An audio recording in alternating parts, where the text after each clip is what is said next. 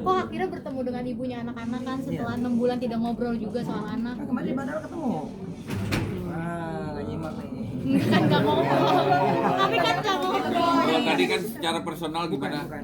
Bukan ngobrol berdua, tapi tadi memang obrolan yang ditengahkan oleh hakim. Gitu. Jadi nggak langsung kita berdua. Jadi obrolan ditengahkan dari saya disampaikan, ya dari pihak Sarwenda juga menyampaikan. Gitu. Jadi dari pihak penyelenggara pakai perantara. Tidak secara langsung. Ya. Titik tengahnya Apa? Adalah pokoknya. Gitu. Kan mediasi itu nggak semuanya kita masih tahu. ada titik temu mungkin kok. Ya insya Allah semuanya kan kita kepengen yang terbaik ya. Gitu. Nggak ada yang ingin semuanya dengan tidak baik. Kita pengen yang terbaik. Apapun yang terbaik yang mudah-mudahan Allah mudahkan. Sementara ini yang terbaik itu yang Belum kan masih ada lagi yang berikutnya ya. Masih ada lagi mediasi berikutnya. Tapi ada rencana ketemu di luar nggak sih kok? Apa? Mediasi Di luar dari pengadilan gini. Oh iyalah, iya pasti ada. Mudah-mudahan. Pokoknya mudah-mudahan gini. Semuanya itu kami jalani ya dengan baik sesuai dengan arahan. Terus juga kami bisa semuanya berproses gitu. Kan nggak semuanya sekarang baru selesai semuanya. Semuanya butuh proses.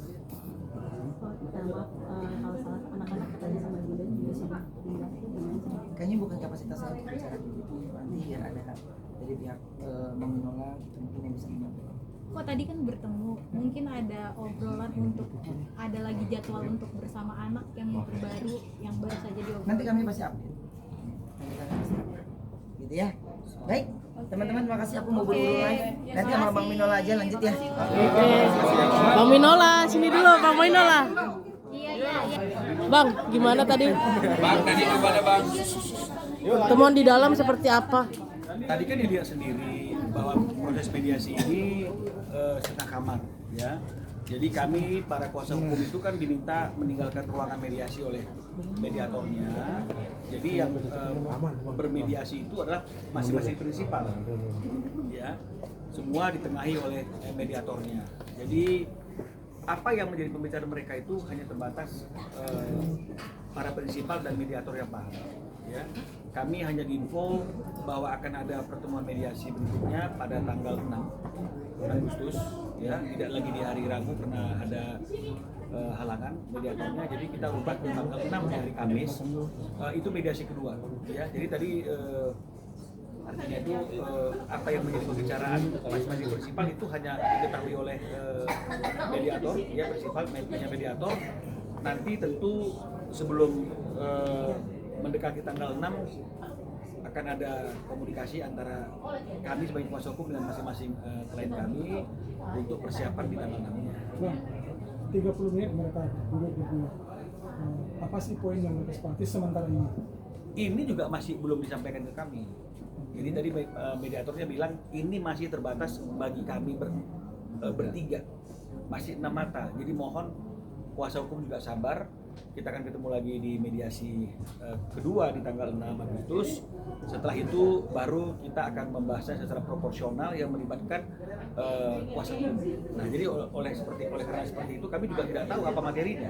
Tapi yang pasti dalam persiapan ke tanggal 6 nanti itu pasti akan ada dialog antara kami dengan klien kami untuk persiapan tanggal 6 itu. Bang, tapi sebelum tanggal 6 ada rencana mungkin ketemu dengan pihak sebelah. Dari kami belum ada jadwal ya untuk ketemu dengan pihak sebelah di luar proses mediasi ini, karena seperti yang kami sampaikan, sebenarnya kan pertemuan tanggal 11 Juli yang di cancel itu kan adalah salah satu upaya mediasi di luar persidangan, ya. Namun ketika mediasi itu kemudian dibatalkan dengan alasan kami sudah mengajukan gugatan hak asuh anak, ini membuat akhirnya mediasi di luar persidangan itu tidak lagi menjadi opsi, ya, karena kuasa hukum S juga mengatakan bahwa buat apa mediasi dua kali, buat apa ada mediasi tanggal 11 sementara sudah ada gugatan, semuanya nanti dilakukan di proses persidangan saja. Jadi oleh karena seperti itu saya rasa sementara ini opsi untuk berbicara di luar persidangan kan itu sudah tertutup, ya. Meskipun nanti kedepannya kita nggak tahu apa yang terjadi, tapi sementara ini opsi untuk bertemu di luar persidangan, bertemu di luar mediasi itu sudah tidak mungkin lagi. Oke, Bang, perihal disinggung soal debt collector dan bahkan akan rumahnya ini dalam waktu dekat kalau tidak salah akan dilelang. Mungkin gimana Bang? Makanya kita kan ngomong tuh kan harus berdasarkan fakta, ya. Kita boleh ngomong apa saja, ya, karena seperti lagu mengatakan memang lidah tak bertulang, kan begitu. Ya gampang ngomong apa saja, ya. Tapi kami kan tidak bisa menanggapi itu tanpa melakukan cross check kepada pihak bank. Dan seperti yang kami sudah sampaikan dan sudah saya sampaikan juga dalam video saya di Instagram saya, setelah kami berkomunikasi dengan pihak bank menanyakan sampai mana sekarang tahap proses kreditnya Ruben Onsu di bank tersebut, jawaban daripada pihak bank, ya, bank yang artinya yang memang ngurusi kredit yang tidak lancar itu masih dalam proses penyelesaian. Jadi kalau memang misalnya kemudian ada calling 1, calling 2, calling 3, calling 4, calling 5, mana bukti calling 5-nya mana? Mana, tunjukkan dong. Terus apakah masuk akal Ruben sebagai krediturnya, sebagai nasabahnya, dia nggak mendapat yang namanya surat calling 5? Kan harusnya dapat. Ruben belum pernah mendapat yang namanya calling 5 gitu loh, ya. Dan ketika kami kemarin bertanya tentang sejauh apa sekarang prosesnya, jawabannya juga yang saya sudah tunjukkan di video saya itu masih dalam proses penyelesaian. Begitu juga dengan debt collector, ya. Jadi kita abaikan debt collector, masalah mobil itu sudah terjadi tahun lalu, tapi kita bicara masalah debt collector yang hari ini di rumah Cilandak. Berarti kan ini berkaitan dengan masalah tidak lancarnya kredit di bank yang bersangkutan. Ini juga kami tanyakan dengan pihak banknya itu, ngirim ya debt collector. Mereka jawabnya adalah kapan. Dia juga heran gitu loh. Karena memang mereka merasa tidak pernah mengirim debt collector, dan mereka memang mekanismenya kalau misalnya kemudian ada yang namanya itu sebuah kredit macet yang kemudian agunannya atau jaminannya akan dilelang, itu pasti mekanismenya kan tidak pakai debt collector. Itu pasti akan ada berita acara, ada surat, kemudian ada pemberitahuan lelang, ada pengumuman koran. Jadi mekanismenya seperti itu. Bukan kirim orang 15 orang hilir mudik gitu loh. Jadi itu kan fakta, dan saya sudah tunjukkan komunikasi kami dengan pihak bank. Jadi artinya tolonglah jangan lagi diperbesar sesuatu yang tidak dilandaskan pada fakta, ya. Karena kalaupun memang misalnya dia punya fakta, maka kami akan uji fakta itu dengan fakta yang kami dapatkan. Berarti ada orang yang bermain dengan memberikan dua informasi yang berbeda. Tapi hari ini kan masih kami yang menyampaikan bukti. Harusnya itulah yang menjadi pegangan kita, bahwa berita apapun yang berkaitan dengan masalah lelang dan debt collector itu adalah hoax. Karena tidak dilandasi pada bukti yang dapat dipertanggungjawabkan. Kalau kami kan sudah tunjukkan, boleh diulang-ulang tuh, dikunjungi lagi IG saya, ada di situ dialognya. Ya, bukan artinya itu kita itu ingin memojokkan seseorang, tapi karena banyak pertanyaan, ya kita harus tunjukkan ini loh. Kami ngomongin dasarnya ini gitu. Bukan hanya dasar ngomong saja, ya. Saya kira seperti itu kalau masalah itu. Perihal komunikasi sama Ruben kan katanya Sarwenda sendiri udah memberitahu terkait perpindahannya, tetapi belum ada respon. Kan seperti yang saya katakan, dia boleh ngomong apa saja. Kalau memang sudah ada komunikasi, harusnya kan chatnya ditunjukkan dong. Jadi tunjukkan juga. Ada chat. Nah, tanggal berapa chatnya? 21. Kenapa? 21 kan berarti kan kemarin tuh. Hari Selasa. 11 Juli, 11. Kenapa? Tanggal 11, Bang. Yang mana ini? Chatnya. Yang baru Tanggal 11. Yang baru beda. Baru yang debt collector. 21 tanggal nih chat Sarwenda Bang Sam. Tanggal kolektor tanggal 11. Kalau pindah rumah tanggal 21. Masih checklist satu yang pindah rumah. Iya. Jadi artinya kan baru hari ini today. Kan ini today. Loh, ini kan today, ini kan berarti kan hari ini. Tanggal 21. Kemarin 21 Bang itu atas screenshotnya mungkin. Artinya Itu kemarin, Bang. kenapa? Di capture-nya kemarin tuh. kemarin, Mbak. Oke, kemarin. Berarti kan kemarin. Iya, iya. Artinya pada waktu saya ketemu sama Ruben di hari Jumat, dan kemudian saya tanya teman-teman di hari Senin, saya kan belum tahu, Ruben juga belum tahu ada informasi tentang perpindahan itu. Baru kemudian di capture kemarin, kan begitu, ya. Jadi artinya kan pindah dulu dong. setelah kemudian dipertanyakan tentang kepindahannya itu kami mengatakan tidak tahu dan seharusnya diberitahu, baru diberitahu kan begitu artinya. Jadi jangan dibolak-balik urutannya. Ya, itu dia persoalannya. Dan di sini kan juga dikatakan dia pindah rumah. Kemana pindahnya? Disebutkan? Disebutkan Itu ada yang disebutkan hitam, Bang, yang ini hitam. hitam Tapi kan di Bang. situ Yang nggak di sensor itu, Di Bang. sensor Ada Bang. ya? Ada. Oke. Di sensor. Ya. Oke, artinya kalau memang ada alamat rumahnya, oke, berarti sudah dilakukan pemberitahuan. Tapi kan pemberitahuannya itu kan sudah setelah dia pindah, setelah masyarakat Indonesia tahu dia pindah, setelah teman-teman media tahu dia pindah. Artinya informasi pertama yang didapatkan oleh kami, oleh Ruben ketika terjadi perpindahan itu kan bukan dari dia. Harusnya kan sebaiknya ini ya, bukan mengajari. Orang yang pertama tahu dia pindah kan harusnya adalah Ruben. Karena di situ adalah ada anak-anak kan begitu. Tapi ini kan tidak. Ruben adalah orang yang kesekian yang tahu karena masyarakat udah tahu terlebih dahulu, teman-teman media udah tahu terlebih dahulu, ditanya ke kita bilang enggak tahu, baru kemudian ada chat itu. Oke. Ya jadi itulah mengenai masalah perpindahan. Tadi Sarino bilang bahwa dia menyesali yang bilang bahwa untuk masa lalu almarhum papanya kan memang ada jasa konstruksi. Maksudnya itu jangan mundur lagi lah karena itu. Oh jadi gini.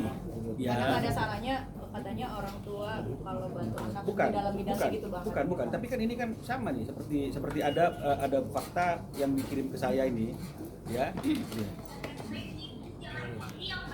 Dia dalam live TikTok, ketika bapaknya sudah nggak ada nih, pastikan karena ada Gio ya, atau saya nggak tahu lah.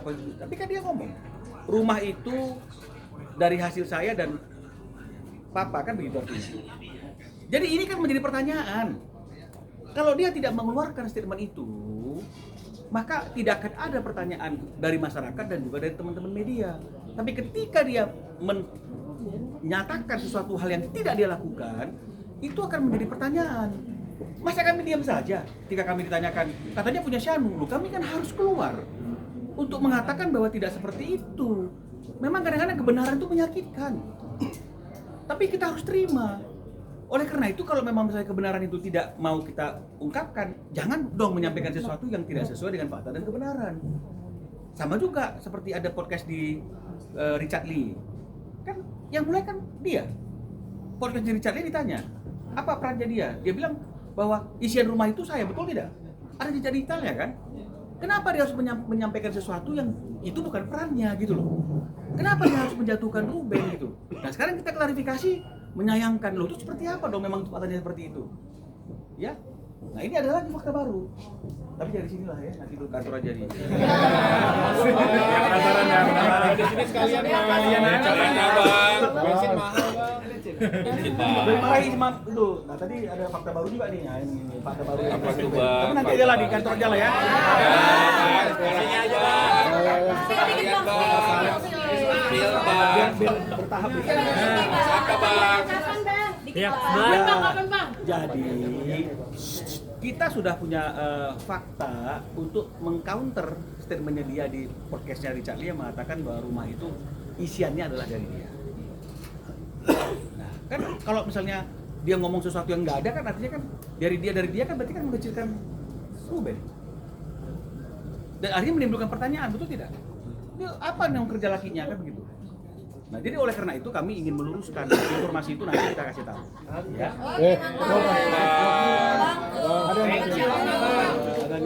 Apa itu Bang? Apa itu Bang? Ya, nanti juga boleh kalau ke kantor. Thank you Bang. Terima kasih Bang. Besok aja Bang.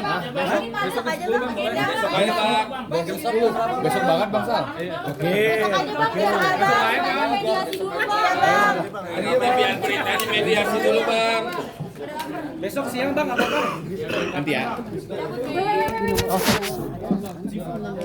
Aduh. Sudah berapa persen yang sudah jadi Bang yang dibantu? Yang Al Husni itu? 75% ya. 75% semua udah ngecek, kubah udah naik. Terus saya tinggal pasang karpetnya, terus lagi pemilihan sajadah buat imamnya gitu. Lagi mau pesan Kok tadi supaya lebih tebal, lebih bagus. Kok tadi benar nggak sih pihak ibunya WhatsApp tanggal 21 Juli 2026 tapi checklist 1 itu benar kok? Kan saya ganti nomor, anak-anak juga tahu. Jadi mungkin kan karena handphone anak-anak pasti beliau juga pegang kan ya. Saya tahu itu. Jadi harusnya bisa ngecek juga ke sana. Tapi kok sebenarnya kalau ada yang ingin disampaikan juga dia ke pihak lawyer juga bisa kan? Gitu. Tapi kok Tapi sendiri udah dapat memang belum sudah kok alamat mengetahui barunya kok? Belum dapat alamat barunya juga. Saya yakin pasti tempat yang terbaik. Tapi tadi saat pertemuan dikasih tahu juga nggak sih kok? Mungkin tadi pada saat pertemuan sudah dikasih tahu juga nggak sih untuk alamatnya? Beda agendanya. Kok tadi ada membahas juga nggak sih kayak ini? Apa? Ini Mau dicek alamatnya kok. Ketemu sama anak lagi karena mudah-mudahan enggak lah, kita prasangka baik aja. Prasangka baik aja. kok terkait dengan rumah yang dijadiin gondok ini tersebut seperti apa nih kok? Nanti ke Bang Minola aja, dibilang ke Bang Minola. Ya. Kok kabarnya mereka pindah buat cari tempat karena buat dia mau nyaman, mau dikenal sama anak-anak itu gimana Buat kok? mencari kehidupan baru kok. Gimana tuh Enggak, kok? itu teman-teman ngaji, banyak teman-teman yang lain, ada selfie juga, banyak teman-teman ngaji. Kabarnya yang dia lain. pindah juga untuk cari Gitu. suasana baru, ketenangan sama anak-anak gimana kok sampai tadi nangis juga nih. Semua dia lakukan demi ketenangan Antara anak-anak. nyaman sama main aman kan beda tipis ya. Wow. Gitu ya. Makasih banyak. Oke, thank you kok.